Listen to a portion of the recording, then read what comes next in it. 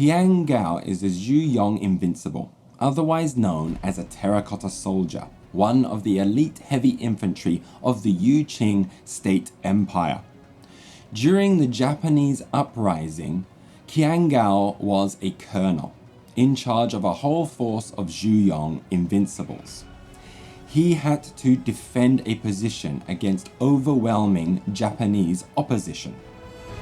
High Command had ordered them to make a direct assault on the Japanese forces. But knowing this put all of his men in unnecessary danger, he decided to ignore the order and continue defending until reinforcements arrived. This allowed for a Qing victory, but High Command was unhappy that he had ignored an order, and so for his insubordination, he was stripped of his rank of colonel and reduced to captain. He was forced into joining a special operations unit, going out on various dangerous suicide missions. It was during this time he was scouted by O-12 and joined the crew of the Defiance, now being put into a suicide mission that actually meant something.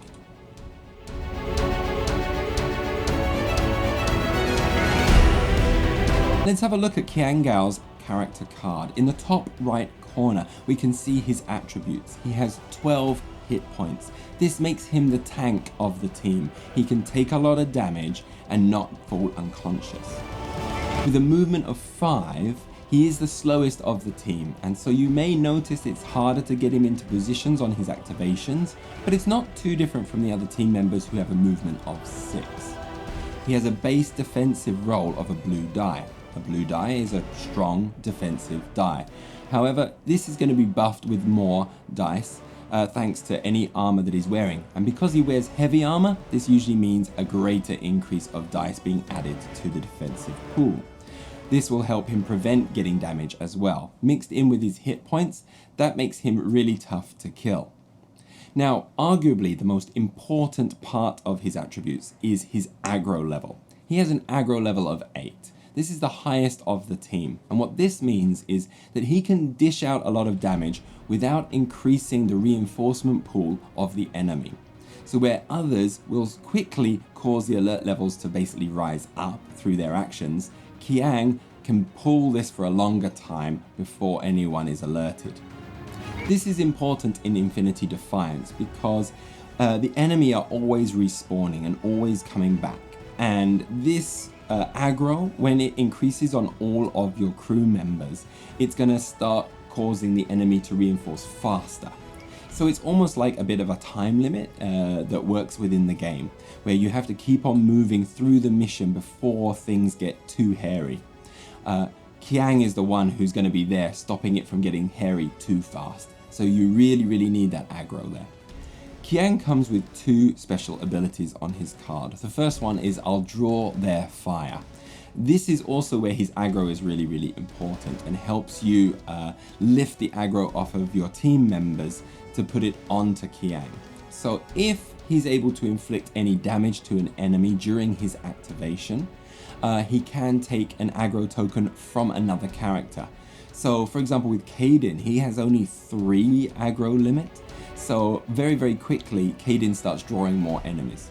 And also Kaden has a lot of abilities that add aggro onto him. So you really need Qiang to draw those off of Kaden, allowing Kaden to do what he does without reinforcing the enemy too fast.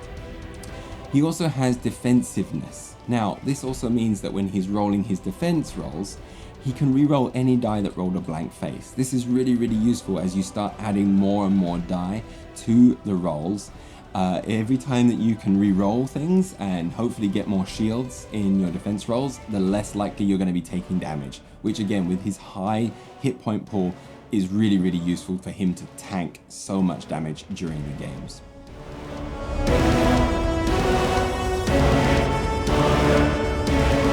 Now let's have a look at what we can equip Qiang with. First of all, let's look at the different types of armor.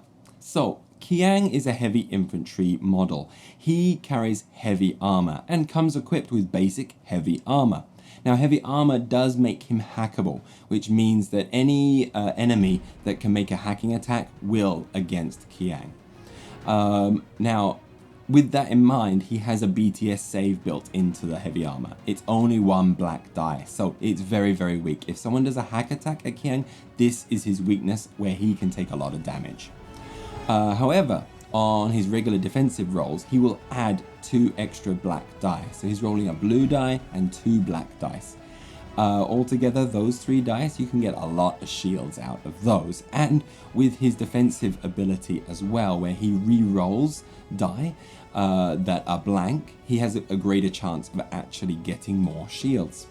So the heavy armor really, really protects him against physical threats. But again, because of that poor BTS save, anything hacking against him is going to be pretty dangerous.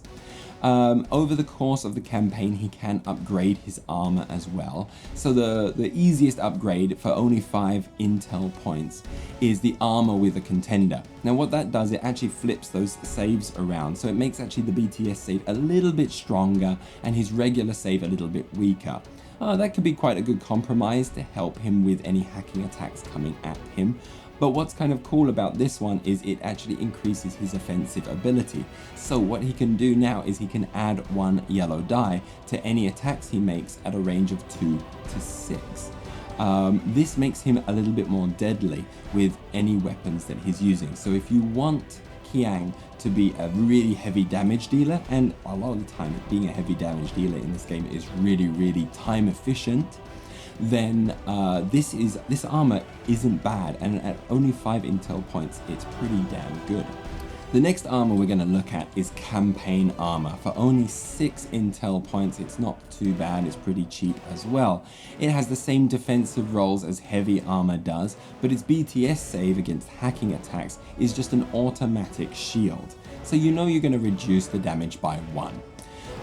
It can also allow you to take an additional auto medikit, so that means you can fall unconscious twice and be revived instantly. So that means Qiang becomes a really, really heavy damage taker, and you don't have to worry too much about falling unconscious. The one problem with that is, though, that whenever you use an auto medkit, you're going to be taking a consequence, which reduces your total kind of wound capacity, and you're gonna have to, at the end of every mission, try to heal yourself. So for me personally, I'm not too fond of the campaign armor. It could be quite useful if you're going for a very heavily defensive build, but I would tend to go more with the armor with contender just to try and kill things before they kill me.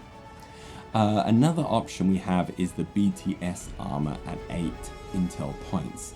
This one again has the same armor value as the other armors we were looking at, the regular heavy armor, but this time the BTS save has an automatic shield with a yellow die, so there is a greater chance of defending against kind of hacking attacks. This is the strongest armor versus any kind of hacking.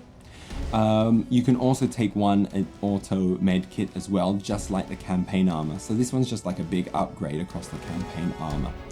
And also at the beginning of the activation, you can also remove 1 state token that might be on you. This could be really, really useful against anything that does put lots of state tokens on your character. So if you've been blinded, you can remove that. If you've been stunned, you can remove that. And that is really, really useful. So to a certain extent, just avoid the campaign armor and just get the BTS armor. Just save up those 2 extra points and just buy the BTS armor. Much, much better. Let's have a look at the most expensive pieces of armor now. We have active armor. This one gives you a blue die to the defensive roll. So instead of any black die, which have a 50-50 chance of giving you a shield, you're getting a blue die. A blue die has a lot more shields built into it. So rolling 2 blue die, very heavily defensive. Plus, you can re-roll any blanks thanks to Qiang's ability. This one also comes in with an automatic shield for the BTS save against hacking, which isn't great, but it'll give you at least a little bit of defense there. Now, once per combat roll, you can also re-roll any number of dice. Now that's in a combat roll, so that's any time you are defending or attacking with your roll of the dice. So this gives you great versatility to try and control the results of your dice rolls. Pretty cool. Finally, let's have a look at the reinforced armor.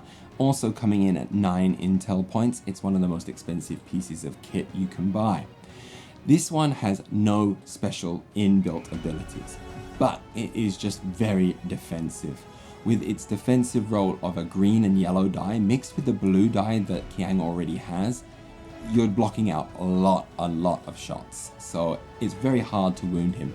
And even with hacking attempts, it has a green die built in with the black die, so again, a very good chance of defending with that. So if you just want to be a shield, the reinforced armor is going to help you out there, but no special abilities attached to it make it sometimes less tactically useful than some of the other armors that you could choose from.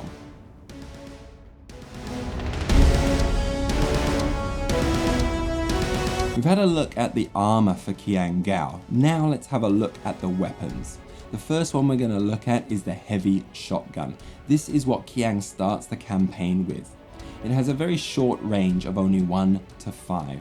This means that Qiang has to move close to enemies to get in range and use the weapon.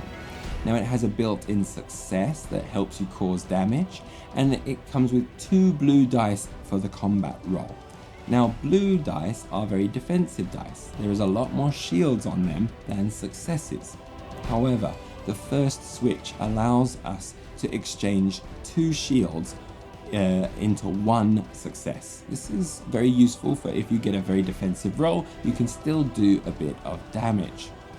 Now the next switch it has is a success and special. With a success and a special, we can inflict damage to the enemy adjacent to the target. Now, what is really useful about this is if the target gets a very high defense roll, you can just bypass all of those defense rolls as long as you have specials and make all your successes go to the adjacent enemy. And that adjacent enemy has no defense roll, has no defense against taking any of this damage. So you can bypass a lot of armor this way. Finally, also if you roll a special, the target receives the stunned state. And this is basically just going to hamstring them a little bit when they activate next. So it helps defend you against the next incoming attacks if they survive. The next weapon we're going to look at is the missile launcher. The missile launcher comes at 5 intel points. And this one, the range is kind of spun around from the heavy shotgun. Where the shotgun had a very close range, the missile launcher has a very long range. However, it also has a minimum range of 3 spaces. This means that you have to keep distance from the enemy to be able to use it. Anything that's too close, you have to step back and then use the missile launcher. Now, it's a bit more offensive with an orange and yellow die. So you're gonna get successes, you're gonna get specials out of these 2 dice. The switch on the missile launcher allows you to actually do a lot of damage for very few symbols that you can roll. As long as you get a success and 2 specials, you inflict 3 damage to the target and to all characters and enemies adjacent to it. You can only do this once per roll, but to be honest, for the price in symbols, it is worth it. The one problem with this is that this will hit also characters adjacent to the target. If you're shooting into close combat, you're going to hurt the other heroes. One other bonus to this one is it also always causes the stun state to enemies that suffer damage from the attack. If we go up to the next upgrade for heavy weapons, we have the HMG coming in at 7 intel points.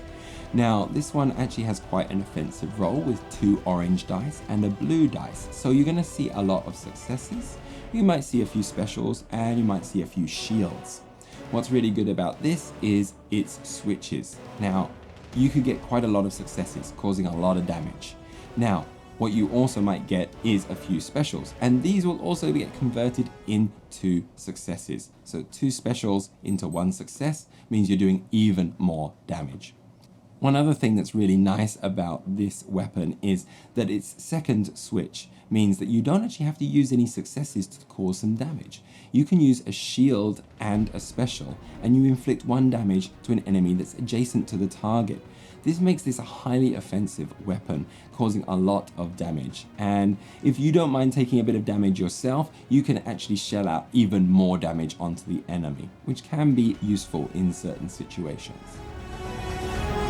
The last weapon we're going to be looking at is the HMG with light grenade launcher, and coming in at 10 intel points, this is the most expensive weapon that Qiang can field. Now, it has the same role as the HMG, but it just comes with one different switch, and that is where if we get a success and a special, we can inflict 1 damage to the target and to all characters and enemies adjacent to it. This is a bit like the missile launcher's switch, just causing a little bit less damage. But when you have that group of enemies there, and with this role where you get a lot of successes and probably quite a few specials as well, you can end up causing a lot of damage across a lot of bodies. So it can be pretty useful, but you just have to save up a lot of intel points to get it.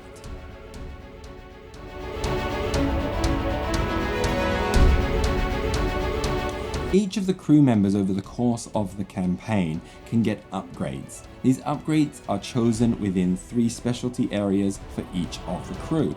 Now, Qiang's 3 specialties are heavy infantry combat, heavy weapons, and leadership. Let's first have a look at heavy infantry combat. The first upgrade he can get is reinforced armor. This makes him a little bit more tanky. He can take 3 extra damage onto the armor rather than actually take it off of his health. This is then permanently kept on his armor. It can only be taken away with repair kits or repair rolls or engineering rolls back in the sickbay and workshop step of the campaign game. His second upgrade is behind me. So this time when an adjacent character is about to suffer any damage, instead Qiang can take 1 aggro and also then choose to suffer any amount of that damage instead of the character. This can help just keep some of those characters alive long enough to get medikit aid rather than fall unconscious or dead. Now, one of the extra things about this, which is probably the best thing about this, is that if Qiang, instead of receiving the unconscious state, can flip this card and heal up to 6 damage. This means that this ability cannot be used for the rest of the mission. However, it prevents him having to use an auto med kit or any kind of med kit, which will also give him a consequence. This allows him to avoid getting that consequence. Very powerful card.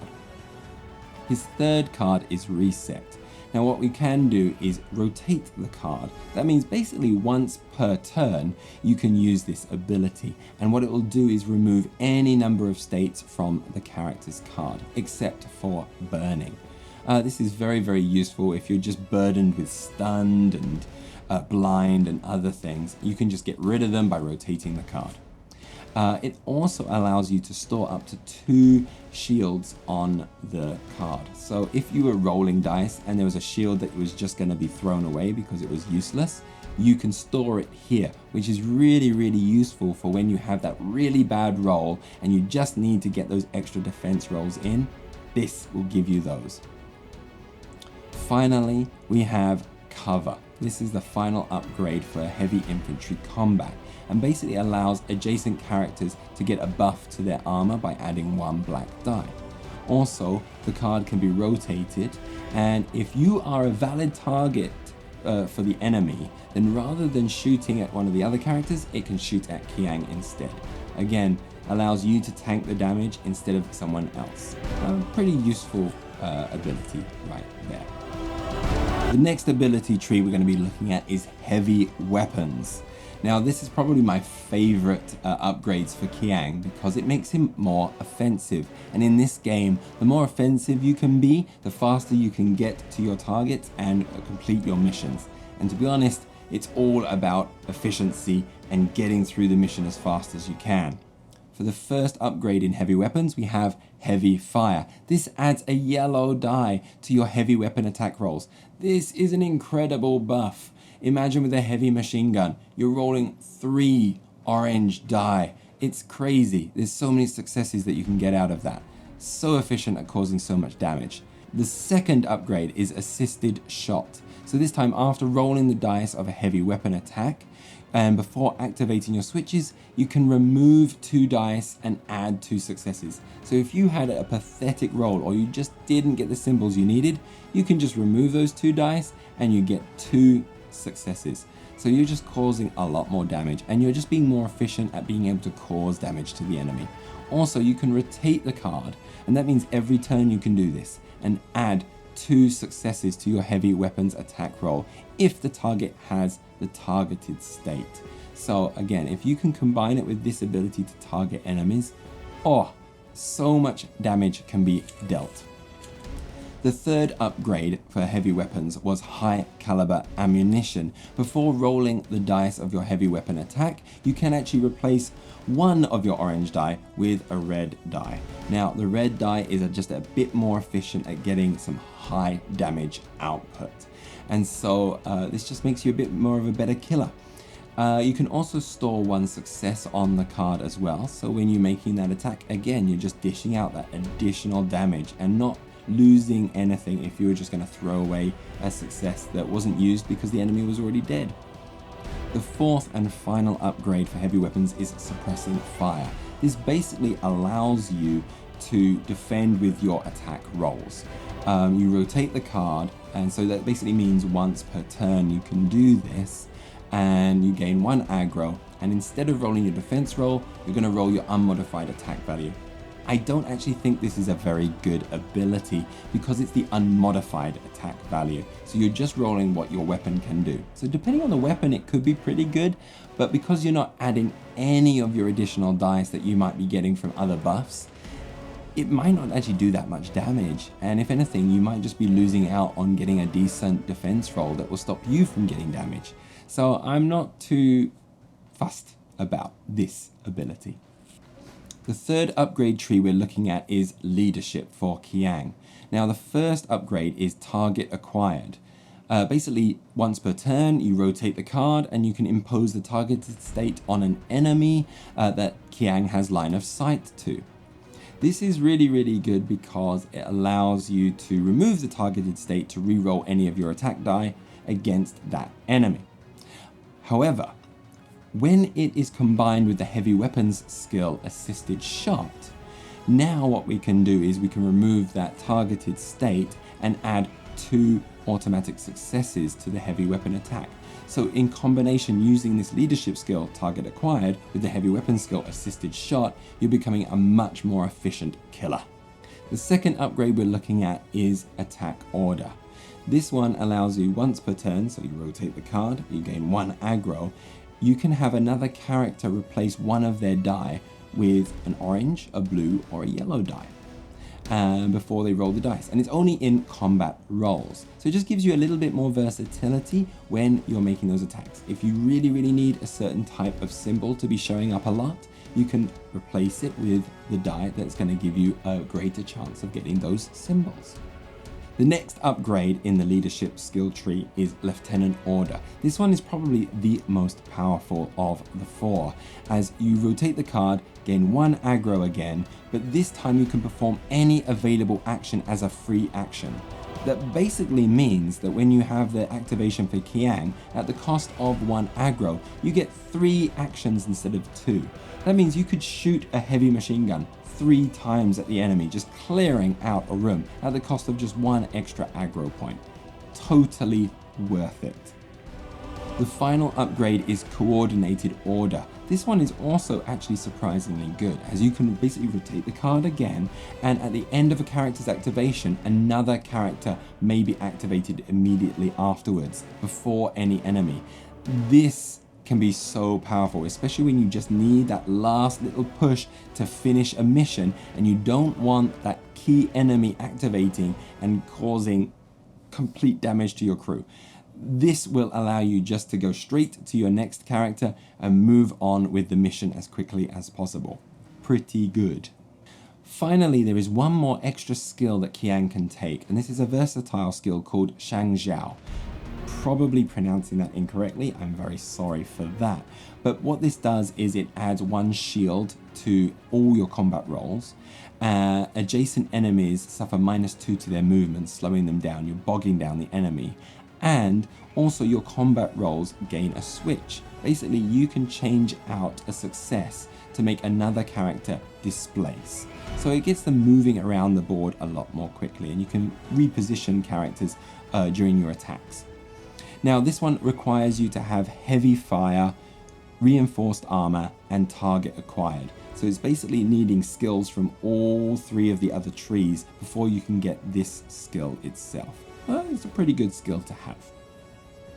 Thank you for watching this in-depth dive into Qiang, one of the crew members of the Defiance. If there's anything that I missed or any information that you would like to know, please knock it down in the comments. I'll be happy to try and reply to you.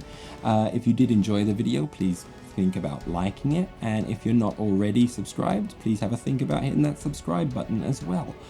Thank you for watching, and I'll see you in the next video. Bye.